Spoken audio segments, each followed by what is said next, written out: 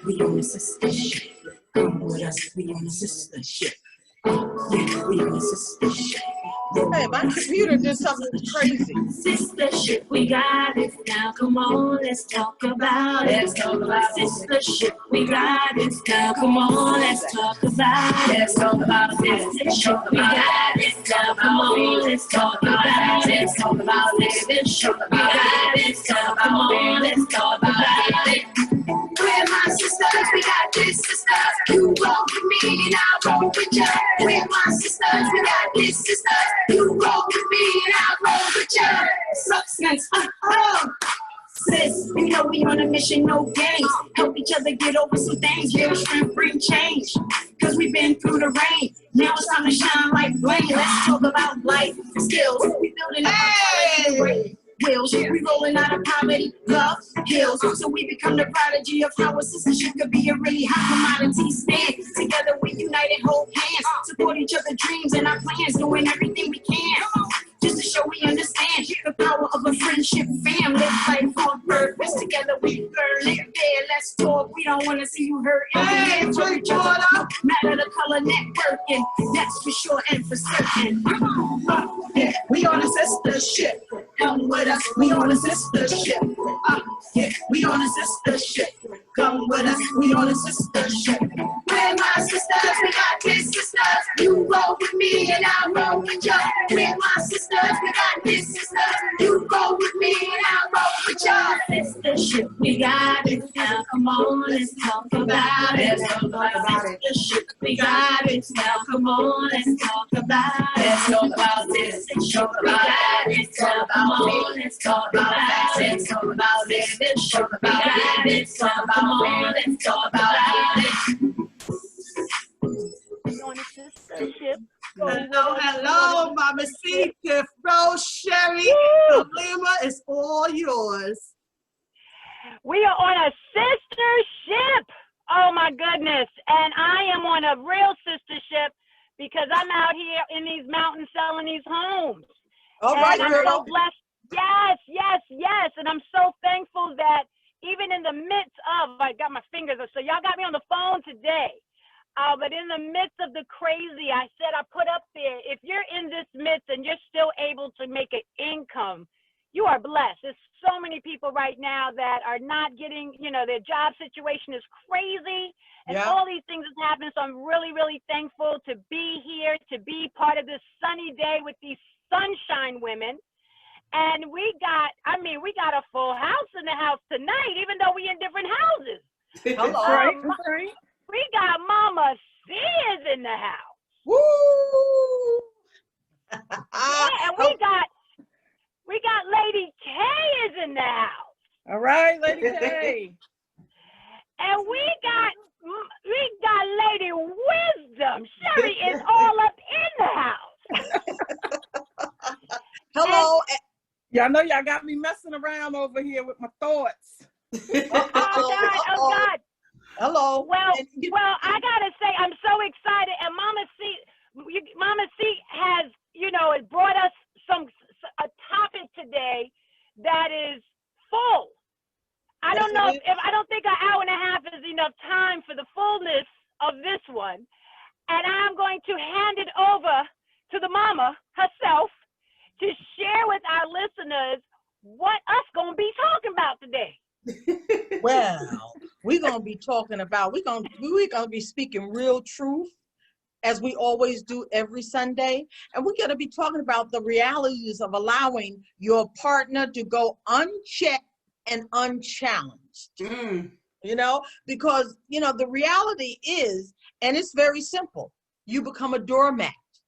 You become someone whose self-esteem drops and insecurities increase. So if you end up, you somebody's doormat, and then you have low self-esteem and high insecurities, oh man, you screwed up all the way around. I mean, you may as well just check out of life if you are in that position and you're not willing to do something about it. Because you know what? We all have value. We all have purpose. We're all here to serve a powerful purpose, but we've got to live fully in the realities of that realness. Because you know what, no matter what happened in your lifetime, and I didn't have such a great childhood, but you know what, at age 19, I decided I was going to live a totally different type of life.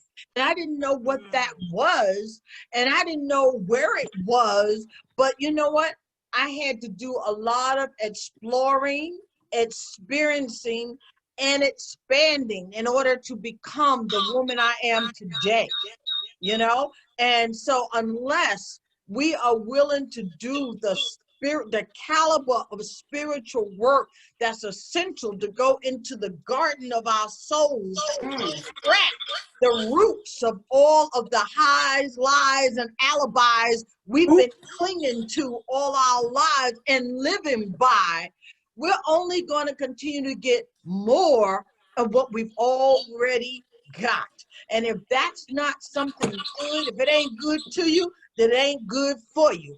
I think we need to get deep into this conversation with respect to what you can do to transform that state of being, the state of being somebody's doormat, the state of having low self-esteem, the state of having high insecurities. Because the bottom line here is we are all fabulous, particularly the women. You know, in my first book, in one area I wrote, God made man and he looked at man and he said, it is good. But I forgot some stuff. Right. So he created woman, gave us all of everything he forgot to give man. And then he said, but I love them both. So he stuck us with man. So we as women have to figure out how to deal with what man doesn't have that we have, and we have to learn to be loving. First, we got to clear up all the garbage that we got that's been stored in the garden of our souls, because our souls are not a landfill for everybody's garbage or any garbage we may have picked up during the course of our lives, you know? So we have to know our worth in a relationship. But first you have to know your worth before the relationship. Otherwise, anyone can come in, whether if you're a man or a woman, because we're not being gender specific or culturally specific right now. What we're going to do is talk across the board with respect to a behavior that is no good for anybody, no matter what gender you are or what color you are. The bottom line here is we are all made in God's image and in the image of his spirit. The spirit of God, because let's be real, God is a spirit, he's not a person. God is a spirit, that's a spirit energy, and that resides in us and is working for us and through us. But if we are just cluttered with so much garbage that we can't feel the presence of God within us, we can't see and hear and smell and taste the joy of what that means, then we've got a lot of work to do. And so we have to know our worth before we get into a relationship. Because let me tell you one thing, I find that when you hold yourself in high esteem, it serves as a repellent, almost like a bug repellent for anyone, for predators and people who want to step into your sacred space and make you feel like you're nothing. You know not to deal with people like that when they even get anywhere near you, because toxic people bring about toxic relationships. So we got to be real clear about our worth even before we get into relationships, because nobody can tell us what we're worth. Nobody can make us feel what we're worth. That's an internal job that we've all got to work on. And I know that there's a lot of issues with respect to how we've all dealt in relationships and the things that have happened to us that, you know, some people are still dealing with. So we want to kind of bring some truth to the table today about, you know, the fact that it's not up to someone to define who we are or to live by someone else's perceptions of us. Everybody's perception is their perception. They're entitled to it, but their perception of us doesn't necessarily have to be true. So we have to be clear for ourselves about ourselves. Am I correct, Well, lady? yes, yes. And I, first of all, I think you need a beat behind you, because you got highs, lies, and alibis. Like, I'm like, this is a rap song So she need her own for theme the music. masses. She needs her own beat behind it. She needs theme music. Right. God is in us, for us, through us. I mean, I hear the song. Kurt Franklin can narrate, I guess. But however, that being said, you know, you hit a lot of pieces there. Mm-hmm. And I want to talk about, and maybe Lady K can help us with, what about, you know, one of the things you said, I went through something as a, you know, as a youth, and at 18 I was here. And you have so many people where they can be 18, they can be 28, 48, 68, and they're still harboring or living or something about what happened in that youth. And I can say for myself, there were different times throughout my life that things that I have suppressed showed up. They didn't show up in a time where I can actually heal, because I suppress things to keep moving. And I don't know how healthy or unhealthy that is, but I say that to say, right. So I say that, you know, because there's that person that might be 25 right now saying, I'm already lost because I didn't catch that wave at 18 like Mama C did. Right. What can we say, or what can we share with our viewers that can assist them through wherever they are in their life to make today their first day? Someone wants to take that one, or you want me to jump on that? I thought she actually addressed it to Lady K. Lady K. Lady K. One, I know we talked about this and we keep saying this over and over, but I just feel like it's so detrimental. I need people to really truly understand that when you put yourself in a position to truly love yourself, and in order for you to get to that place to love yourself, you need to know yourself. But in order to know yourself, like Mama said, you have to explore yourself. And this, I think this is why a lot of times parents tell their children, hey, don't be so quick to jump in a relationship, you know, go out there and explore the world. And then what they do the complete opposite, because, oh, I'm in love and you don't understand, and your parents are trying to tell you, yes, we've been there, we've done that, don't do it. So I think a lot of the times that we don't allow ourselves to explore enough to truly understand ourselves, because once we do, and you know, you care about yourself, then you're gonna care about what you allow in your space. And then the core values that you have, your core values and you believing in yourself go hand in hand, because that's gonna let you know what I'm not going to tolerate and what I am going to tolerate. So that piece right there, I think, is so detrimental of that person exploring themselves, knowing themselves, knowing what they want, and their core values to come together. That's what I believe. I think that's where it starts there first. Well, I'll piggyback. I'll actually piggyback on that, because when Mama C started speaking, when you actually really come to realize, I speak for me, and I didn't actually become an adult until I actually hit 40. So, and that was my personal. I can't speak for those that are not 40 yet. But for me, I had someone say to me, you are extremely excited about being 40. I said, I made it. I made it to 40. That's first. Second, when I left my mother's house, I moved in with my husband, now my ex-husband. So I went from Mama's house with her rules to my ex-husband's house and his rules. So learning me, I learned me. I started, let me say, I am still learning me. And I started learning me after I had some life experience, right? But some of the things that I experienced that I'm not, I won't go into major detail, but it first started allowing me to accept the unchecked and the unchallenged was even before I got into a male-female relationship on my own. Mm-hmm. I tolerated and I put up with because that's what I saw. Mm. I also saw some of the opposite. Like when you grow up in a home where there's dysfunction, majority of us have a dysfunctional household in one way or the other. Mm-hmm. But when there's domestic violence, that's a part of it. You know that you can't say everything because you don't want to, you know, in order to keep the peace, or you're going to tussle. And I grew up with brothers, so I'm a fighter.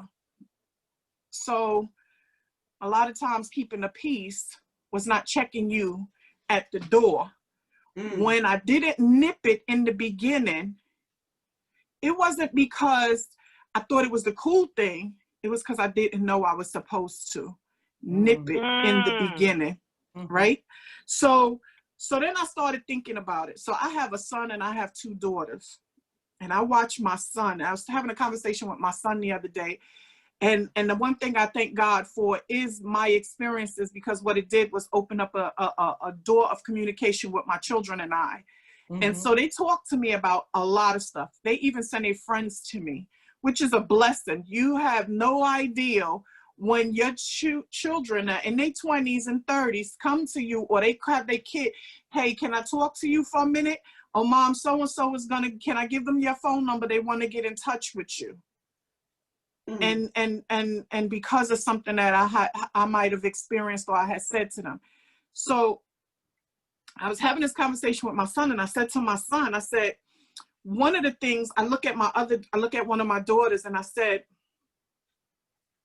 after her experience, she now has to set the bar so high that her focus right now shouldn't even be it.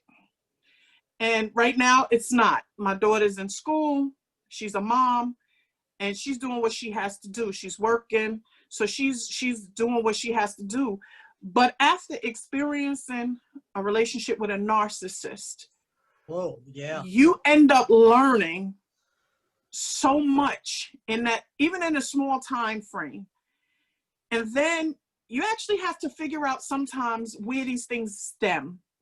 And it's the beginning relationships that they had, not one-on-one relationships. It starts in the household relationship.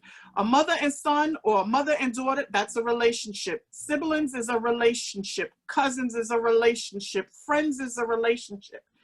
So in these relationships is where it stems. So what I found with a lot is happening right now. I had to have a conversation with a female friend of mine that's close to my age. I had to tell her she had to stop mothering her sons. Your son is a man now.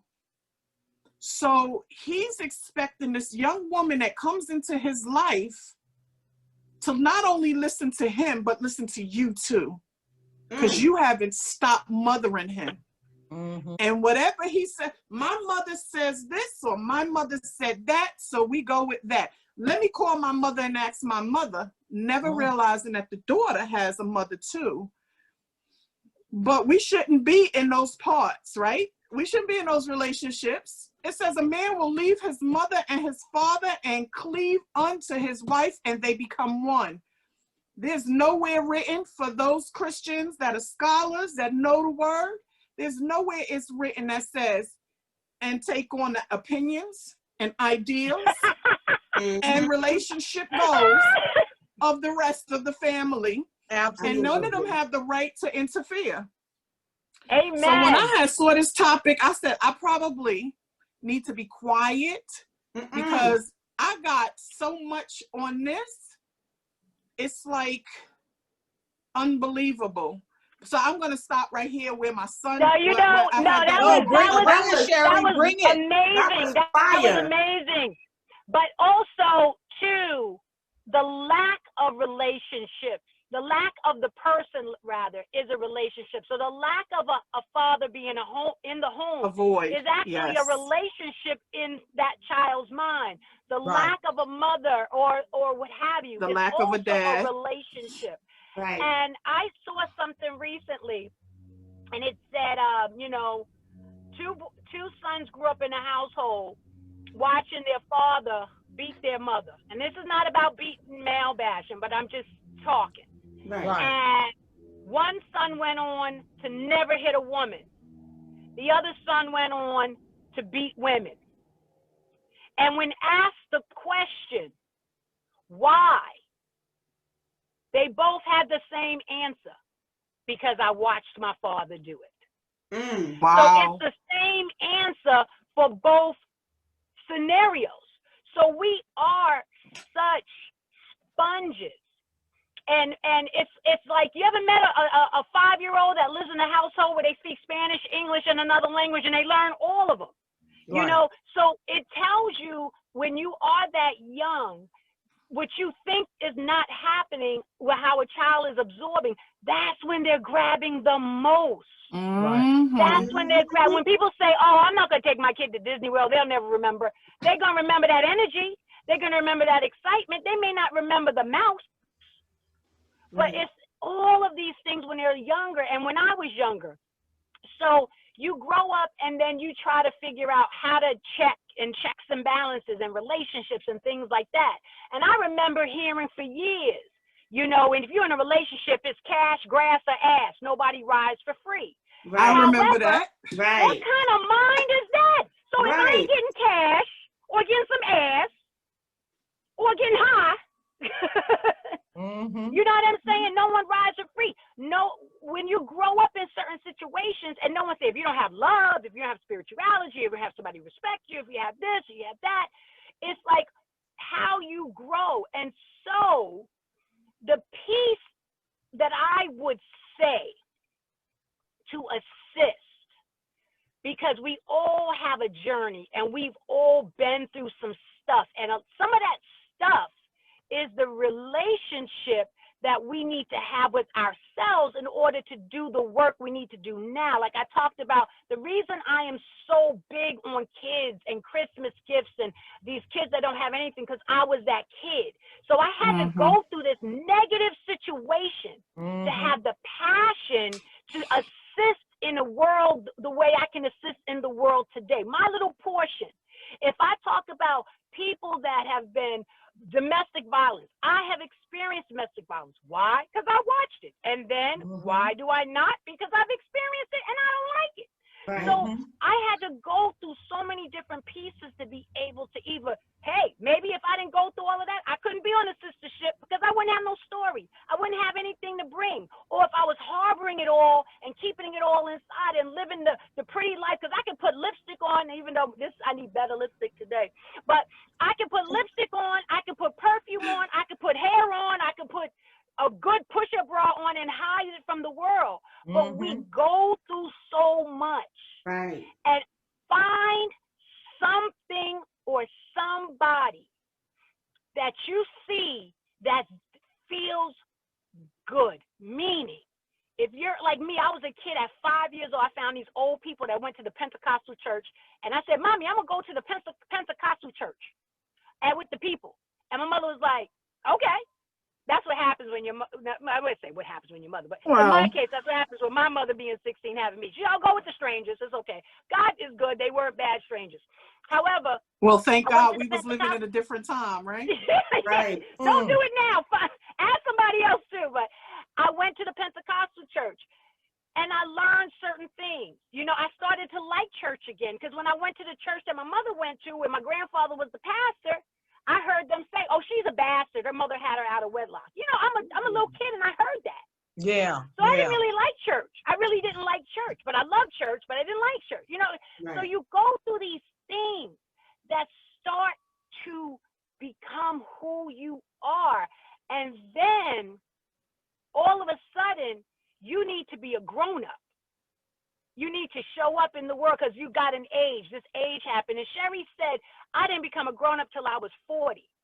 So do you know, honestly, and I'll call a spade because my mother had me when she was 16. So when she was 25 and start partying, everybody's like, she's a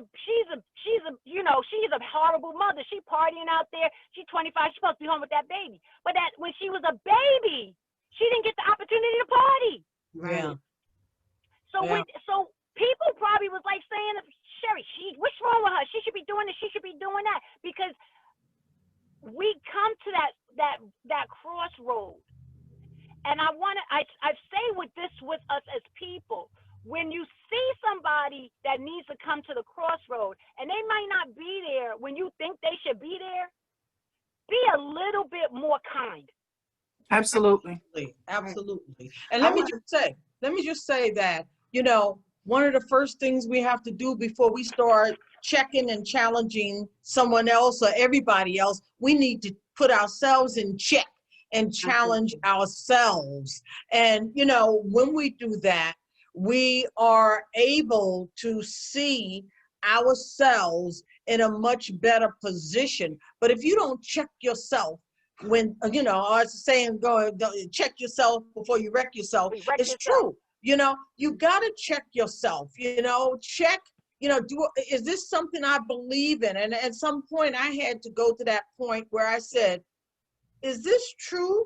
Does this have value to my life?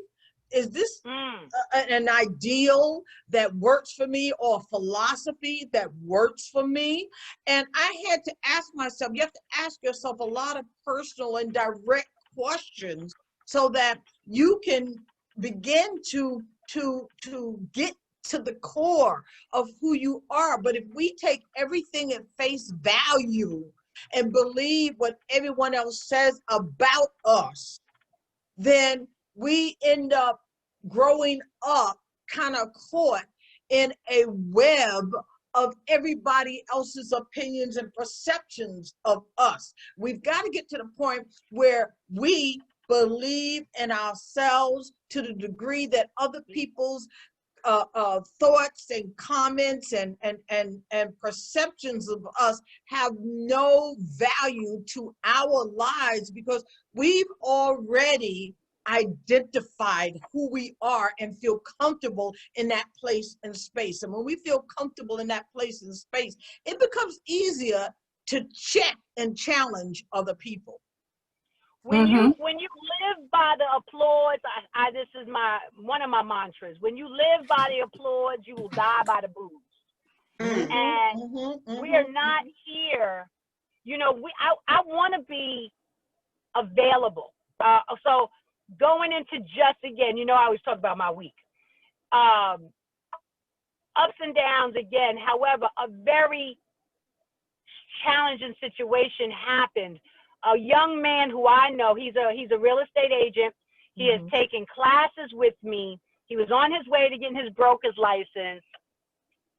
Wednesday, his long-term girlfriend, they just had a 2-month baby. He got on one knee and gave her an engagement ring and asked her to marry him. Thursday morning, he passed away. Oh, I'm so sorry to hear that. My condolences. Oh, my God. Young man. Wow. Young man. Wow. Young man. Doing things, coming into his own. Coming into, things that he thought was going to be part of maybe something to hold him back or do something. He fought through a lot of pieces of his life to become this such a superior man. And I've talked to him so many times, and so many times we've had real long, deep conversations.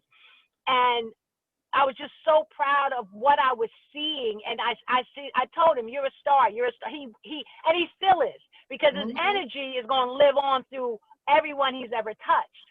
Absolutely. But life is short. Our physicality here on this planet, if no matter how soon or later in life you transcend, someone is always concerned about the people that they left behind. Yeah. And so while you are here, while you are here, it's moments where someone does pass that you say life is short. But while you are here, live for the best that you can. Right. Work on it. Work on a little something. I have a girlfriend. I have a few girlfriends that are in really mentally horrific relationships. Decades, they've allowed this to happen. They've been a part of this happening. There's so much of a part of it happening that they don't know it's happening. Wow. Yeah. Yeah. You know what happens at some point, it becomes normal to them. It's so normal. Yeah, this is all they know. So unless they are seeking something better, or something inside of them realizes that I deserve better, and then they begin to make the journey toward that better, they're going to settle for that for the rest of their lives. And that's sad, because never knowing yourself fully, never knowing your potential, never knowing your power, never knowing your purpose, PPP, you know, is That's another song. You know, it's a sad thing. I mean, when I gave up everything I thought was everything, because I had done everything they said makes you happy. Everything you have to do to be happy. You know, I went back to school, got my GED, went on and got my associate degree, went on and got my bachelor's degree. I just went on and educated myself on different levels. I climbed the corporate ladder. You know, I broke through the glass ceiling.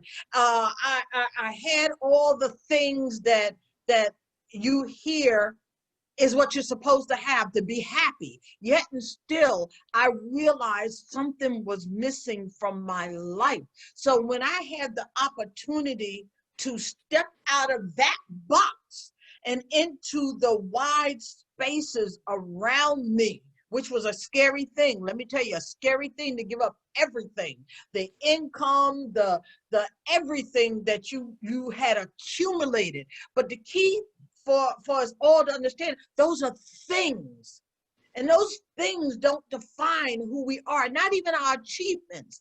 Our achievements and things do not define who we are. Our character defines who we are, and how close we are to being who we were created to be. Watch a person's character. It'll tell you a lot about them, you know? But the bottom line here is we have got to do the self-work, self-check, self-challenge. And that has to be done throughout the course of our lives, because even at this point in my life, like you said, we are still growing. We're growing every moment. We're evolving every moment of our lives. And we have to understand that and realize we're either going to grow with the process or get drugged through the muds of life.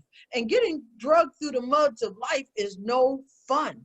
And it's not the way we're supposed to live. So we have to, again, keep going back and checking ourselves and challenging ourselves, so that no matter who comes into our lives, no matter what kind of relationship we have with other people, we know the toxic people from the loving people. We know how close to love, how far away we have to love.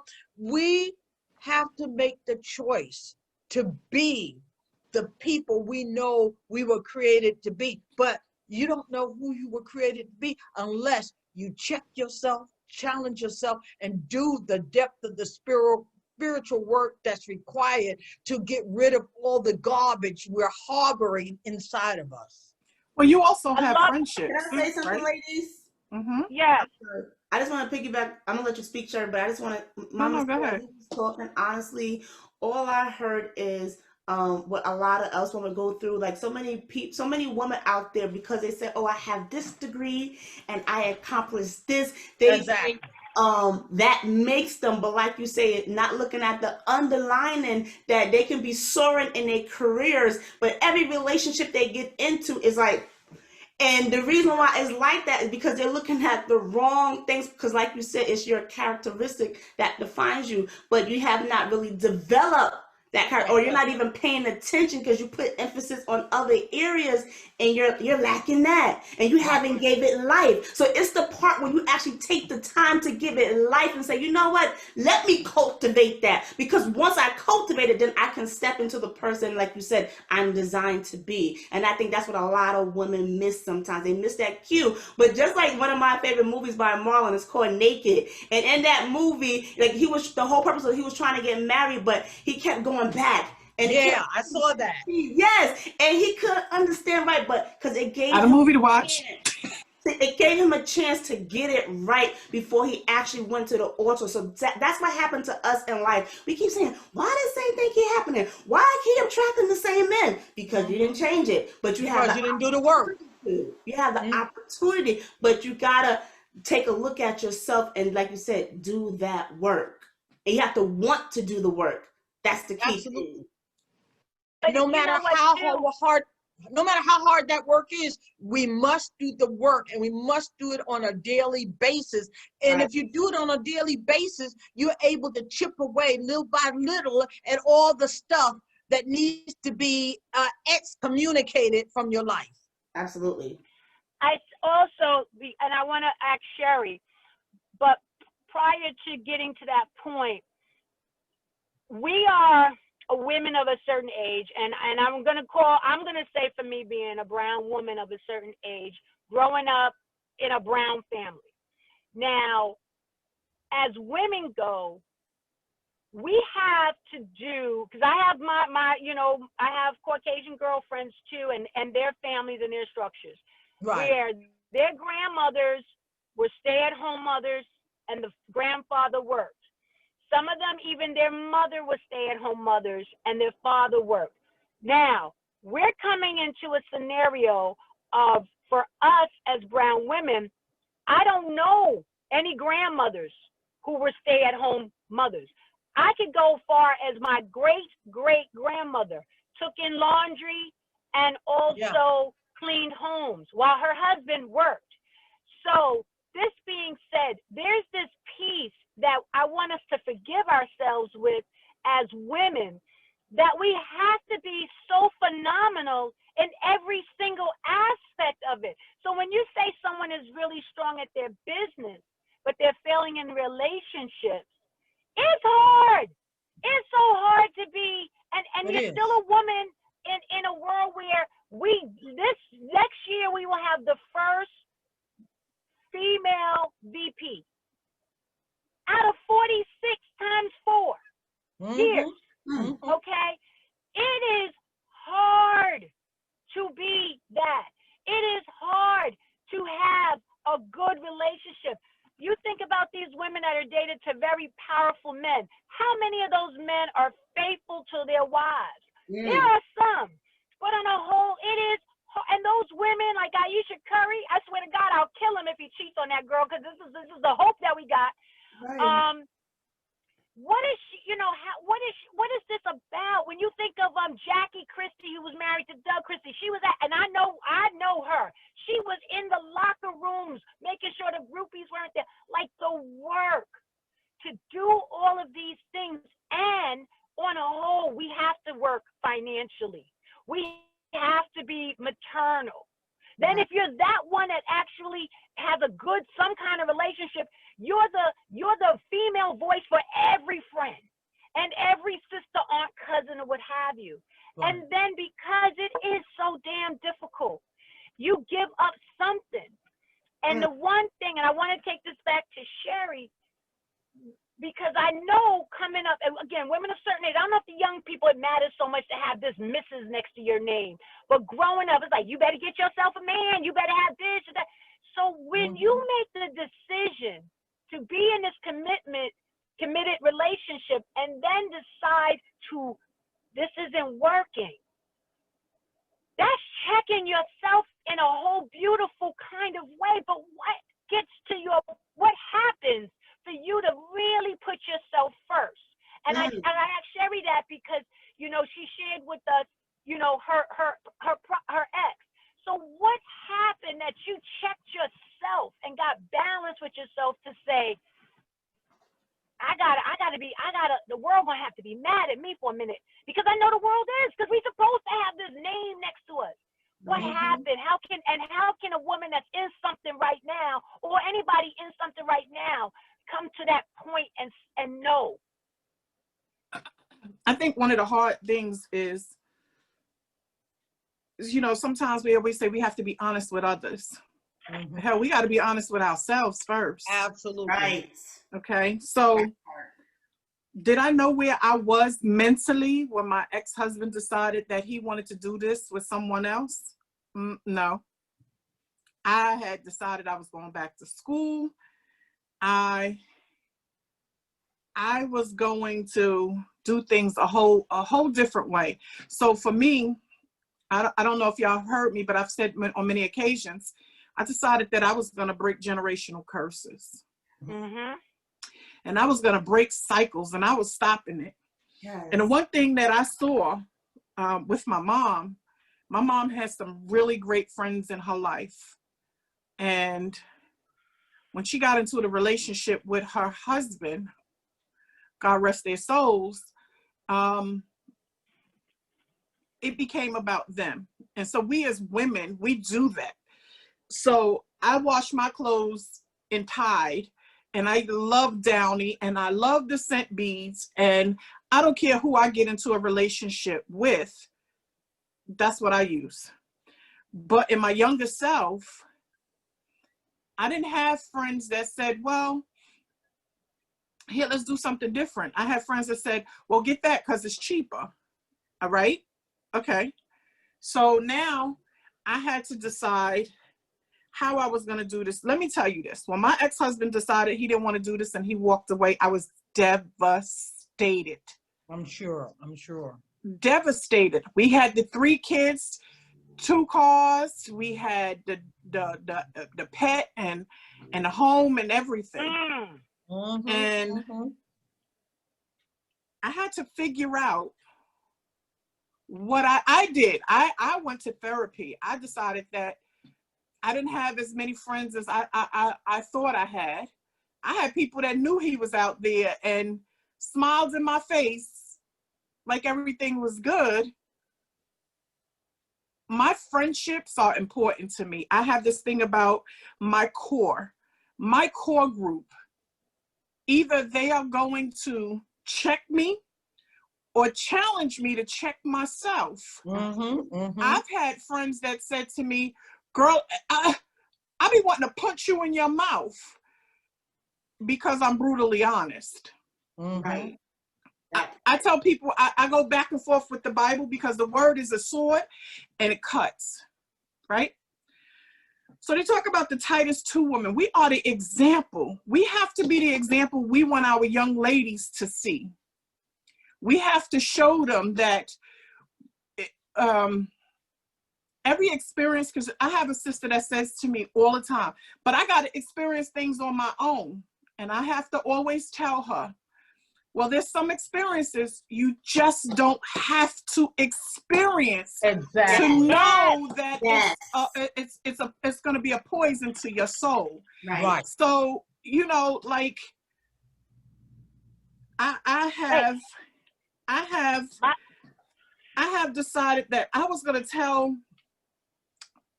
Sometimes God will give me something and I have to tell somebody, and it's the hardest thing for me to ever do is to just walk up to you and be like, hey, God told me to tell you this. Right. Now, if God really speaks to you and he tells you that and you don't have a problem, the question is, who are you listening to? Exactly. Because some of the things that I'm told to tell people, I'm frightened to tell them. Right. So I look at a lot of the things that I had to deal with, right? I had to learn to set boundaries. I had to learn to set the bar. I got a queen size bed. I have to decide if I'm going to sleep with just the pillows or I'm going to let my books and everything else lay in the bed with me, you know? But the one thing that I am thankful for, this last year has gave me a lot. And I've actually, the sistership is a platform that started out with the ladies' room. giving women enough time. But when you listen to the words, let's talk about this, let's talk about that. Let's do some healing from the hurts that we've experienced, but let's talk about it. Absolutely. So do you know how many women and men that we are going to come across just by them listening to this platform, that we're going to be able to open some doors? When I first heard the topic for today, I was like, I'm not going to do this because I could talk so much, right? I started thinking, snack, right? I'm sitting back. I got my snack. I'm listening. I sit back and I think about how many of us fall for potential. Right. Oh gosh. Oh, hey, I did a number of times. You hit a button right there, Sherry. First of all, I gotta say, Sherry, listening to you, your story sounds a little similar to mine, because I feel like I grew up once I went through my divorce. I was similar. I was riding on this ride with my ex-husband. Boom, I don't want this no more. Now he's with someone else. I'm pregnant and I gotta figure things out. And I'm like, why is this happening to me, Lord? And what I did for a minute, I was mute. I didn't want to talk about it because I was ashamed about it. And I was this mute, and I heard God in my ear saying, open your mouth. And I said, open my mouth about what?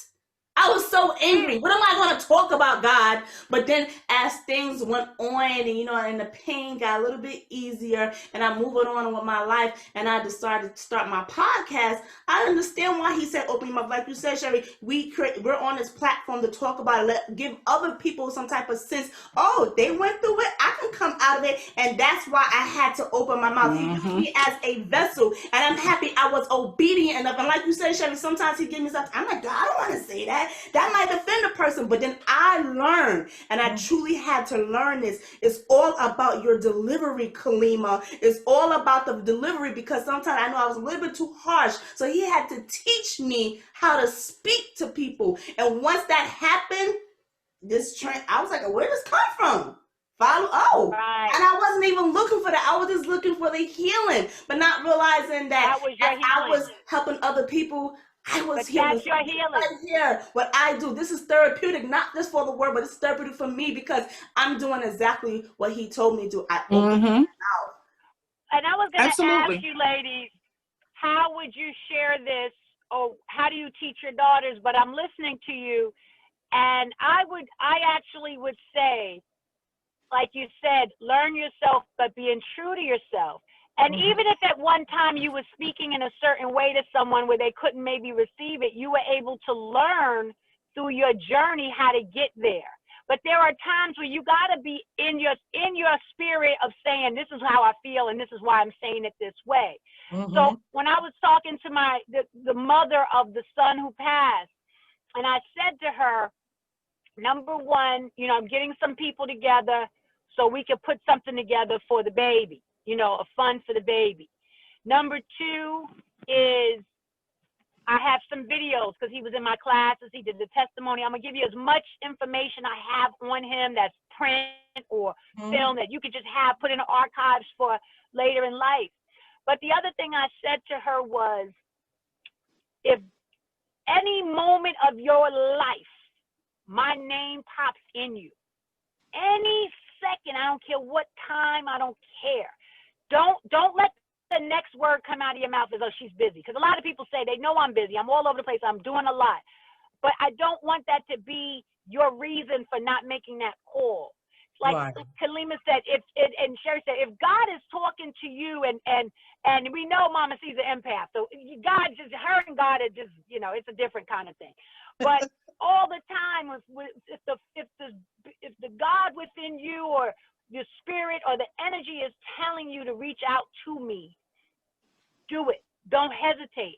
And I would say to our listeners, and Mama C said it earlier, God is in us, for us, to come through us. I wrote it down, and I wrote down break generational curses and soul landfills, everything. But I'm going to go back to the God in us, for us to come through us. We have that. When they say God is everywhere, that's because that it's in us. That's the only way anything can be everywhere. Okay, got to live in everywhere, and we are part of everywhere. Right. So when that voice is speaking to you. And know that there's a lot of voices that can be speaking to you. You got to tap into Absolutely. and learn which Right. one it is. You Right. better learn which one is God, that's for sure. Absolutely. Right. Go with it, even if it's uncomfortable for others. Go with it, because that's your purpose. Mm-hmm. Absolutely. And let me I want to go back to something Kalima said, and not so directly, but you know what? A lot of times we are we can be very aggressive. And that aggression comes from a place of hurt and pain. And so what we have to learn to do as women is to be more assertive. You know, that assertive energy is different from that aggressive energy. And how we come across to people, you know, whether they understand body language or not, they can sense it, okay? That God within them is able to send them messages of how that person is actually trying to come across, or what's going on with that person. So we have to learn that, yes, we've been through a lot. There's been a lot of pain. There's been a lot of suffering. There's been a lot of misery. There's been a lot of growth. But in the process, we have to work on ourselves to the degree where when we're talking to other people, we're not coming across as angry women. And unfortunately, we as Black women, because we have been through so much, that aggression pinpoints us as angry Black women. But that's not, you know, that's not always the case. And in many cases it is. But we have to get to the point where we're no longer angry, and checking ourselves and challenging ourselves brings us to that point where we can be assertive. We can communicate with people from a place of assertion as opposed to aggression, because that aggression scares people. Yes. So we have to work on ourselves to the degree that we can be assertive. We can assertively communicate with people without scaring them, because that aggressive energy can be attacking. And when people feel they're being attacked, they are less likely to be open to anything that we're saying. Yeah. Well, let me say this. I don't know if you, We like to say that we prefer to use the word assertive. So when you're dealing with people, assertive and aggression is for some the same, because you are nipping things. It's kind of like, is it okay for them to see it that way? No. So one of the things that I had to learn, and I still do it to this day, is ask God to give me the ability to soften up my words so that the person can receive them. Because I need to be assertive, because I need to nip things and get my point across at the same time. Absolutely. So I'm not saying that assertive is a wrong word. I'm saying for some people it's the same word. It's not okay, but some people find excuses for their misbehavings. Right? So as wrong as they are, you were aggressive with me when you were talking to me, but you weren't being aggressive, you were being assertive. So when they try to say it's the same thing, it's because they don't want somebody to nip that nonsense where it stands, right? So again, I said that us as women, some of us learn to move dealing with somebody's potential, but there's nowhere that says potential is not only going to pay the bills, but it's going to offer respect. So respect is something that's totally, totally different. Some people have become so prideful that the potential that you saw somehow stands in the hallway with the meantime. And while we waiting for that potential to find its way to grow, we have, people think that it's male female relationships. It's just relationships that sometimes we see the potential in someone else. Oh, girl, you got a book inside you. Now you saw something that she didn't see, but she don't want it to look like you knew something about her that she didn't know about herself. So the fear is that you're going to get credit instead of them just taking it humbly, receiving what you say to them. When you listen to Mama C speaks with wisdom. And believe it or not, each one of you ladies that speak, you share some kind of wisdom, because Absolutely. Each of our experiences, although similar, are not the same. Right. And because of that, and the way you handled it, and the way you dealt with it, it teaches somebody else how they may deal with it. Tip, you out here on a Sunday handling your business. So you know somebody might be listening right now that felt guilty because they had to handle business on a Sunday. Right? Don't feel bad for doing what you got to do to take care of you and yours. Absolutely. But they don't know that because somebody's in their ear telling them something negative. Absolutely. Right? That's right. That's right. Well, I'm going to tell you right now, I'm a hoe for these homes. Okay, I'm a hoe for the homes. I'm going to be out there. I'm slinging homes left and right. I'm slinging them. And again, in the world of business, so I just saw the Will Smith, the Fresh Prince Bel-Air anniversary, this big deal, and they bought on the first Janet Hubbard. Right. Janet Hubbard. And she was sharing and speaking of the angry Black woman. And I want to play with that for a minute in reference to all of my beautiful angry Black women, all of my beautiful angry women, and all of my women, okay, who may not be so angry and assertive. We go through stuff. We carry a burden. We carry weight. We want to be beautiful. We want to be strong. We want to be smart. We want to be your companion. We take on your weight. We try to be your helper. And so with all of that, and y'all come and y'all eat and y'all take off your shoes and your socks and you leave it there and we clean it up for you. So there's going to be some times that I'm angry. Now, that also being said, as people of love, you don't display that to the world. So what he did, and he didn't, he took it. She said to him, you told basically the world I was an angry Black woman, which ruined my career.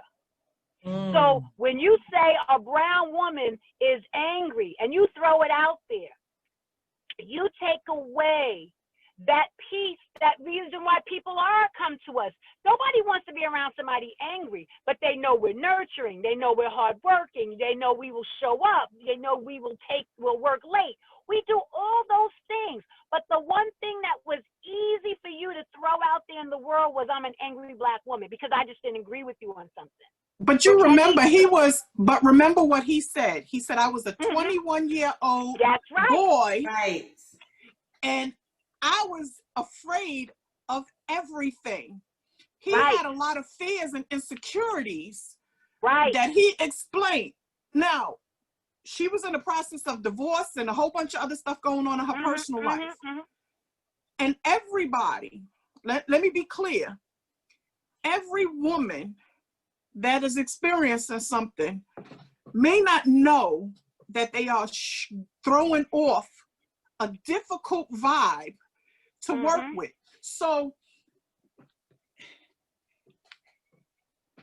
his one time saying that did not ruin her career. This has been led up to. It was a factor. It was a partial factor in it. It was a partial factor in it because he had to say, but somebody must have agreed with him. Somebody must have agreed with him. That he was 21, and you're right. But at his 21, and I don't, the thing with that is, I don't think he recognized or realized how powerful he was. He So did. when you're, right. So I love him back. I say that with, I still love me a Will Smith, and I got it and I understood it. What I'm taking from that is that when I heard that, and when we discuss things like that, as people, we need to be mindful of what we say, because there's a lot of beautiful things that was about her. He didn't mention any of them, but he did know that saying that now bubbled her into this person, and that's all he had to say. That was the snowball. He didn't need to talk about anything that was inside of it. Just the shell of that was all he needed to say, and that shell could hold on. And we do that with each other. And I know, I mean, I've heard this and I've grown like this. I had to break, as Sherry said, break generational curses. Right. One of which is I really have to work hard at not cursing my kids out, cursing my husband out. Right. I have to work. I have to be conscious about that, because I tell you, my mother, love her to death. My mother, if she curse you out, you just sit there and be like, oh, I didn't even know that was a curse word. Like, she know how to do it. And you know, so if you want to see angry, I know how to be that person. It's a conscious, and again, because we come from situations piled on. You either had your man with his tie walking to work, or you had a pimp, the way I grew up. You know, it was a drug dealer, pimp, preacher, or, somebody who, it was a lot more of them than not. Right. Absolutely. So you got to get to a point, and it's hard. It is hard to navigate through. It is hard. And so I say now with relationships, now in their case, they were business partners. They were the husband and wife, huge age difference. He's looking at her thinking she's phenomenal, though he did mention that. She's looking at him as mom, like a mama C, where let's say we had a 20-year-old girl in here that was like, well, she da-da-da-da-da.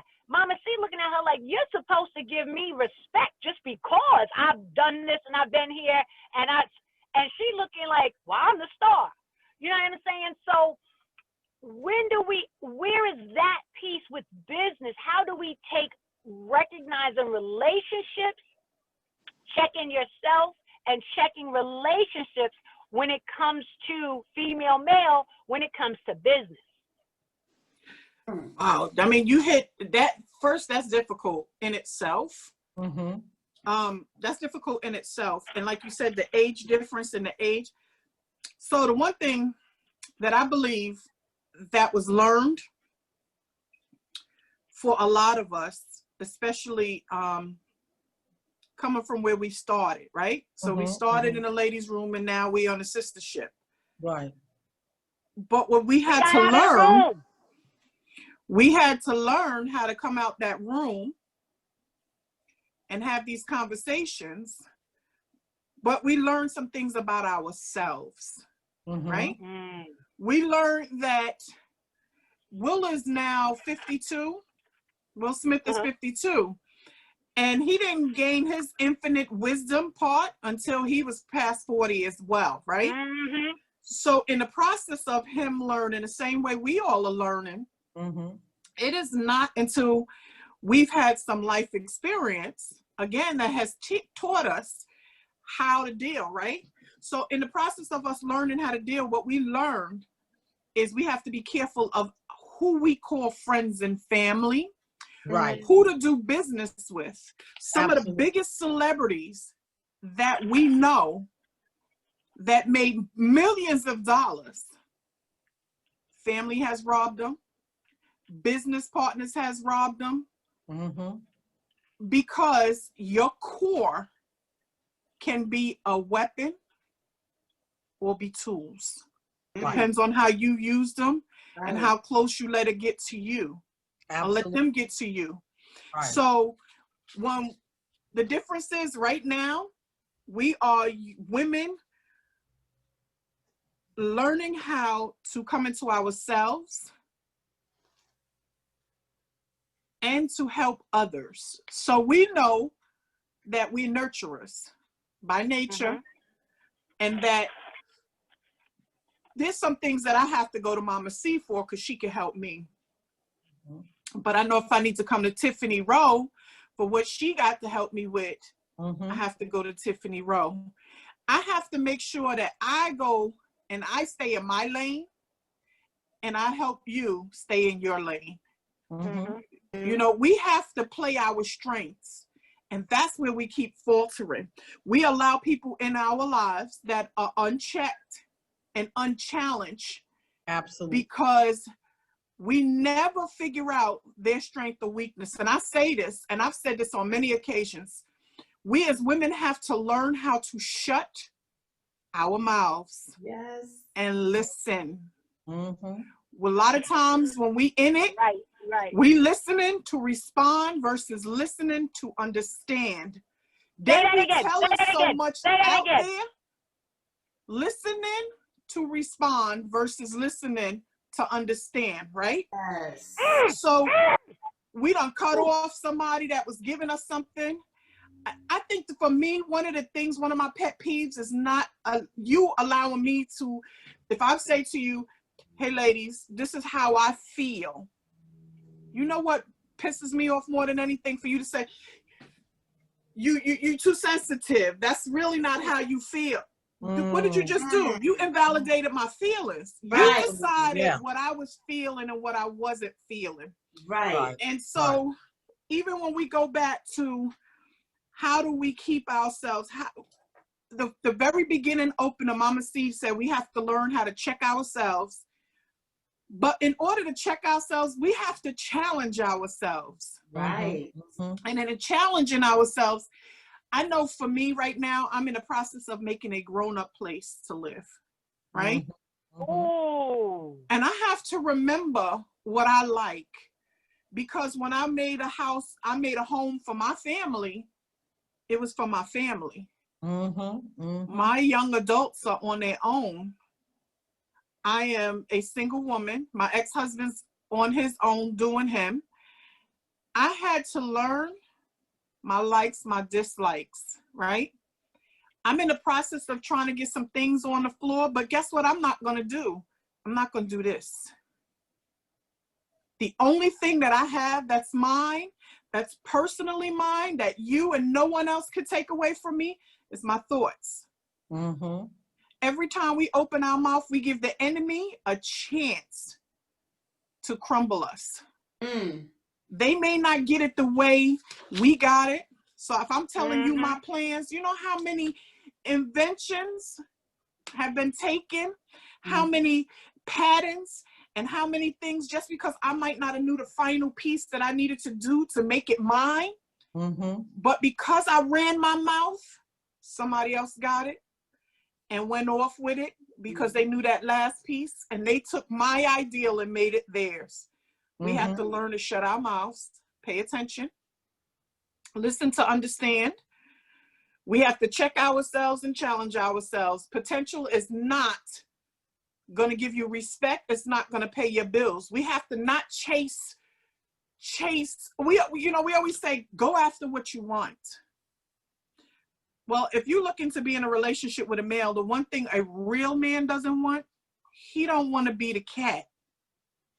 He doesn't want you chasing him. We have a tendency as women to run after what we heard. My friend said, I should go for it. I should chase you. Every man that I know that is over the age of 45 to 50 have said they don't want you chasing them. Right. Because when they're interested, they will do the research.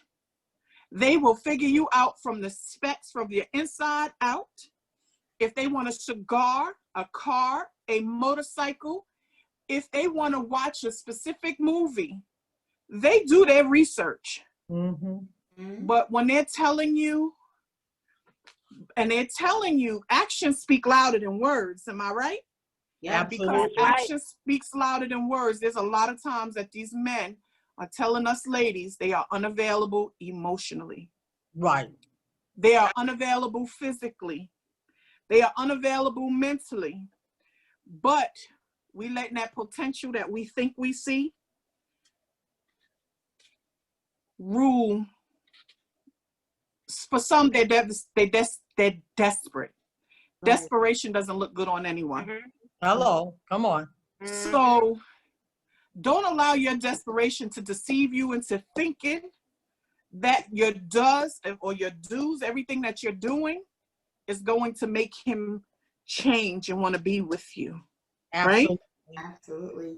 You have to know you enough to check you and challenge you, Absolutely. to learn who you are, to God knows, don't put a discount tag on yourself. Absolutely. Add tax. Add tax, damn it. Add tax. Honey.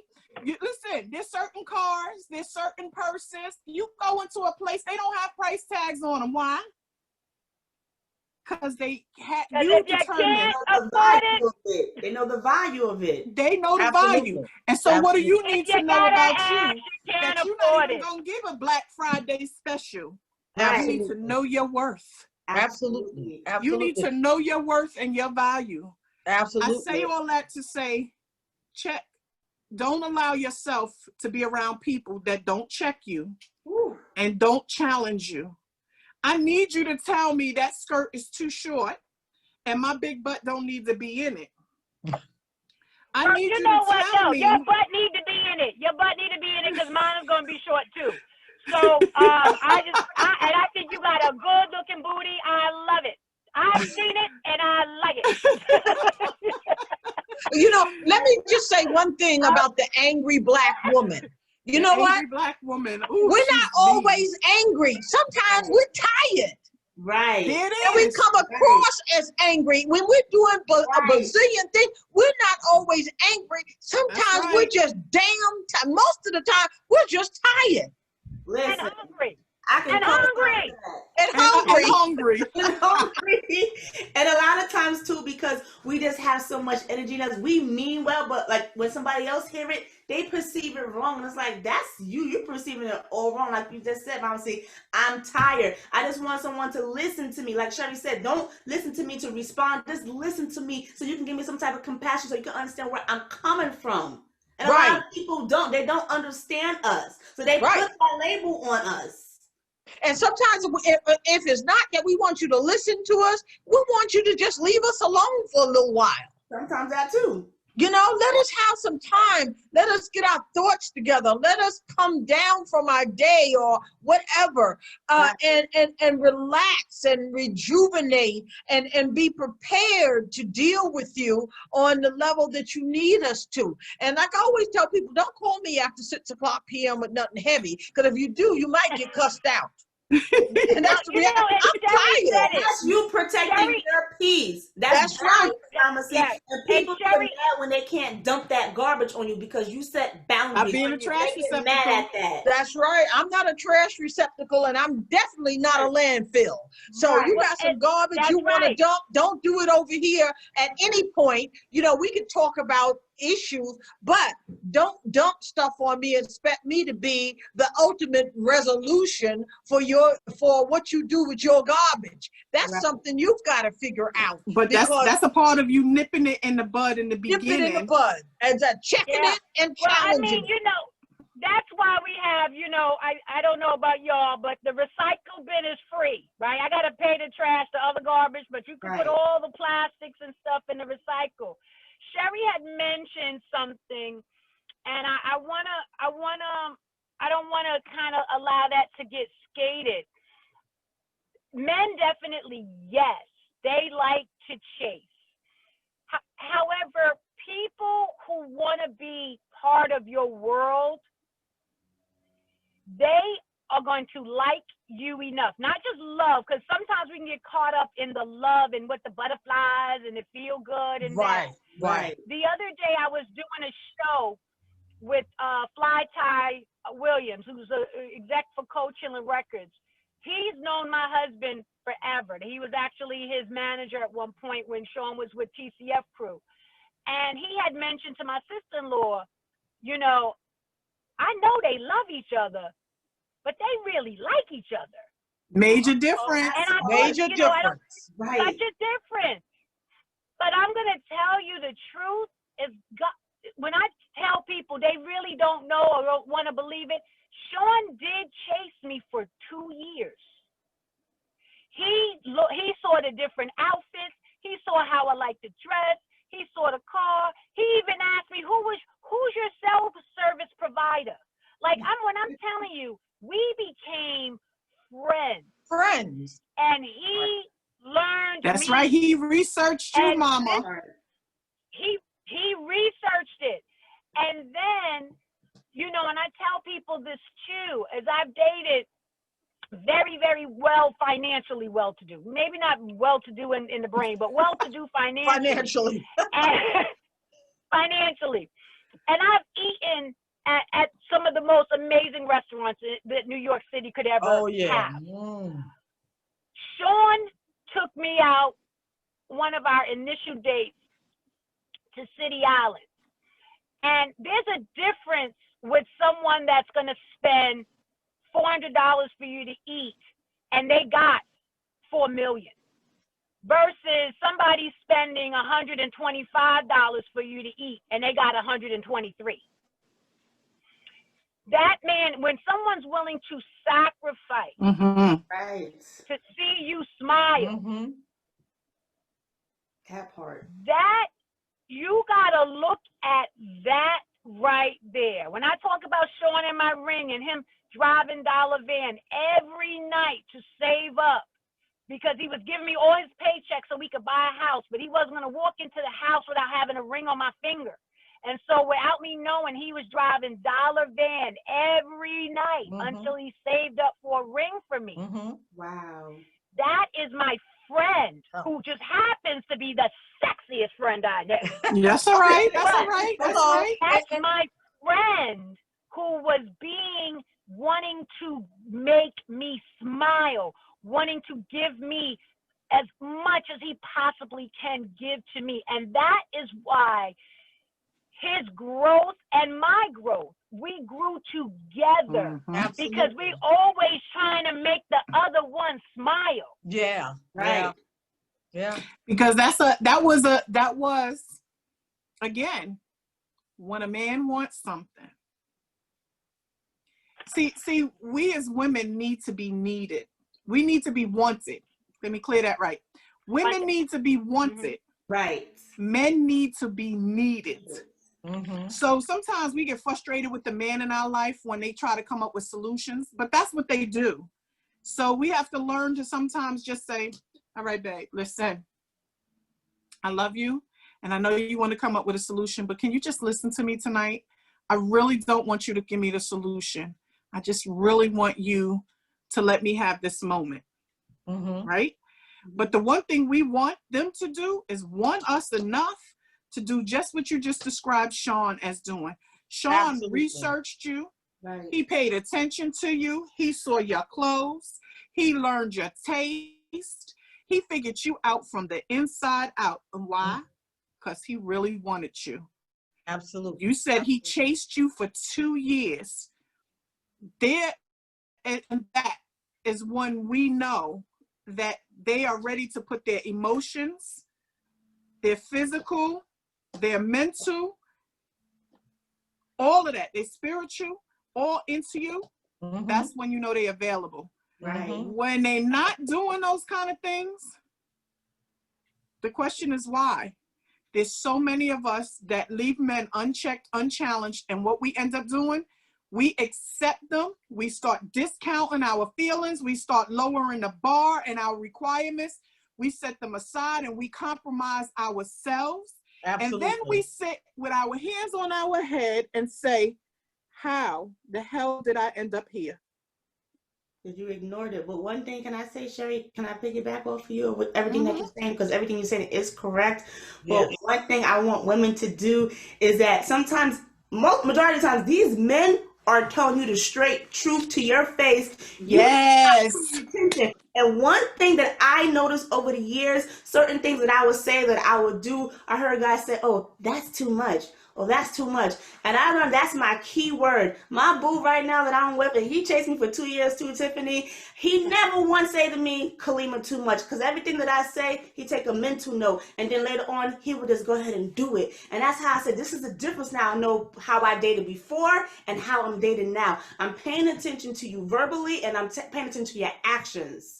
Pay attention, because they are telling you. I had a family member be on the phone with a woman, and he's laughing and kikiing with her, right? But he's telling her the truth. And I'm like, how is she sitting there laughing at everything he's saying? He's saying some crazy stuff. And I'm like, see, she missing it's flying over her head because she just laughing with him, not realizing you're the joke.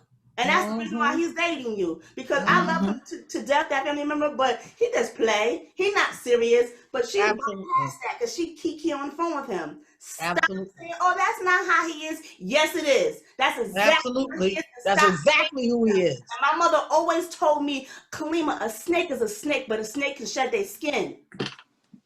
That's right. When they're ready to grow into a new. Right. Right? When they grow in, that's how they do. They shed that skin to make space. Right. And that new skin, it's kind of like our mental. As we grow, we shed things, including people. Think about the things and the people and the ideals and the thoughts that you had when you were 25. And at 30, how different they were. Right? You know how your growth is. We shed that part of us, and sometimes we have to shed people.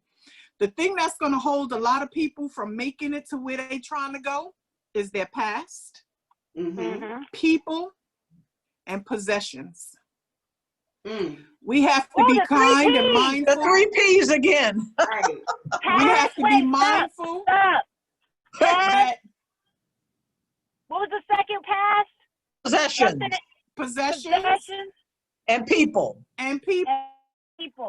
Oh, we got to keep that. They hold you hostage. Sure will. They will hold you hostage and hinder your growth. Absolutely. If it means them getting somewhere before you. Absolutely. Now, they might not even be trying to go the same direction or the same place, but we have to be careful how we allow things to block us. I use, what's her name? That young lady, Cassie, who was dating P. Diddy for years. For years.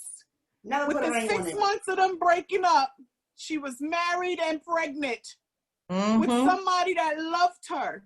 Right. In the time that she was holding on to the potential and the possibilities, she was blocking unavailable man.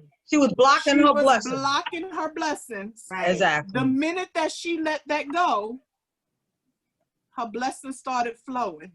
And let me just say, a lot of women don't date. A lot of women don't even know how to date. They become an instant booty call. Right.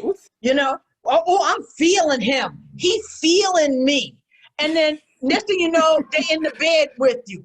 You know, I mean, that's not dating. Hello, that's mating. Dating comes before mating, and there's dating, and while you dating, you're supposed to be relating before you mate. Well, so there's a process. Don't breed if you're just mating. That's like absolutely the craziness. Absolutely. You know what? You call this spade a spade, and that's real talk. We definitely. I know people that, you know, lay down with people don't even know their middle name. What? They don't even know their favorite color. Right. But you know what? Sometimes there's a reason for that. I used to end up in bed with men because of the sexual abuse I encountered as a child, how I dealt with it, I blacked out. So anytime sex came into the picture, I blacked out. I remember ending up in a hotel room with a man I didn't even want to have sex with. I was having sex with somebody. I blacked out. At that point, he lucky you didn't kill him in that blackout. Absolutely, absolutely. You know, but it wasn't until I realized that I was doing that I was able to change that behavior. And protect myself from being in relationships with men I didn't want to be in a sexual relationship with. That's why the self-work is so important. Okay? We're taught that this. It's almost unbrainwashing each other. We're taught this. I mean, it's crazy. Like even as a little, you know, when you're little, oh, she's so pretty. Oh, she's so cute. And the boy, oh, you so strong. No, you know, why can't we be strong as little? Why can't we be empowered, understand the power of our femininity as well as our person? It's like we were always taught, like, I mean, it's almost organic from the moment you come out. You are taught to be with somebody. Absolutely. And a lot of times the men are not being taught to be husbands or be boyfriends or be fathers. They're taught, you know, and I see a shift. I really do. I have to say I'm seeing some real positivity, and maybe because of who I am right now, I'm rejecting the negative stuff. So I really feel things are getting better because that's all I'm able to receive right now because of what I'm bringing out in the world. But what I will say is what I am seeing with the young women, and I am all about, y'all might get, you know, I'm back and forth. Maybe I'm still growing. I don't know. But I see a lot of the sexuality being huge for women. Like it was at one point, you had your Madonna. Now you don't even have, you know, like the Queen Latifah's. I don't even know where Queen Latifah is so much. I mean, I know there's a Rhapsody, but it's so much different. Like what we see of ourselves is like we're so sexualized now. Everything is so sexualized. So when we're, again, trying to compete and de-brainwash ourselves because the imagery that we see is out there is not really structured. But then you got to realize the other people that's watching it, maybe it's another show, the other people that's watching it, we got to be in contact with them too. So our men are not getting this information except for maybe in their house.